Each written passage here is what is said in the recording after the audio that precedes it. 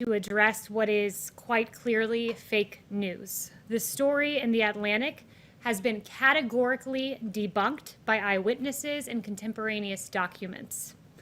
The Atlantic claims, quote, when President Trump canceled a visit to the Ain Marne American Cemetery near Paris in 2018, he blamed rain for the last-minute decision, according to The Atlantic, saying the helicopter couldn't fly and that Secret Service wouldn't drive him there. Neither claim was true, says The Atlantic.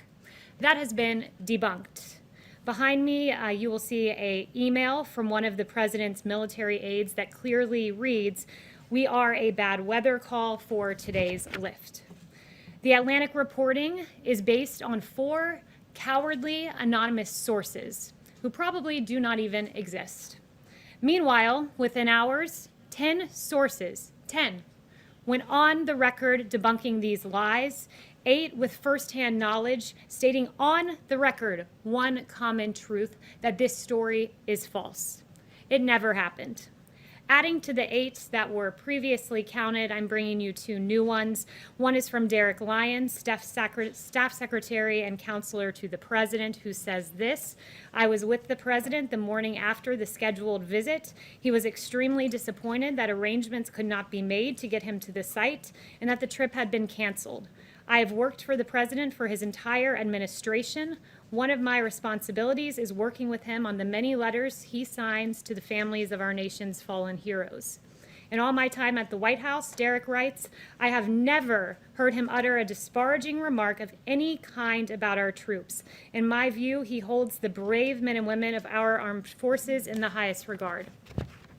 I also bring to you today another quote from a former member of this administration, Dan Walsh, Deputy Chief of Staff, former Deputy Chief of Staff, who is also a retired military officer. I got off the phone with Dan just before coming out here, and he wanted me to share with you all, I can attest to the fact that there was a bad weather call in France and that the helicopters were unable to safely make the flight. Overall, the President's support and respect for our American troops, past and present, is unquestionable. And Dan recounted to me several events he went on with the President, like a World War II veteran who flew with the President on the helicopter in Normandy, visits the President had with our wounded warriors, special ops teams who came to the Oval Office, including the team that got al-Baghdadi, and they brought along Conan, the dog, as well.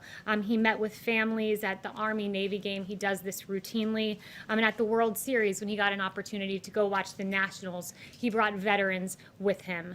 And I can tell you from what I've seen from this President, I have heard him describe his visits to Walter Reed in detail, and the angst he has had and the compassion he has had and the hurt he has had viewing these warriors who have been absolutely injured in the line of duty and are courageous heroes. And I've heard him recount how meaningful those visits are. I've also seen him just a day before this article came up talk about there was rain and lightning popping around, and he said, I want to go out there and I want to talk to our World War II veterans. This is America's greatest generation, and the President holds them in the highest of regards.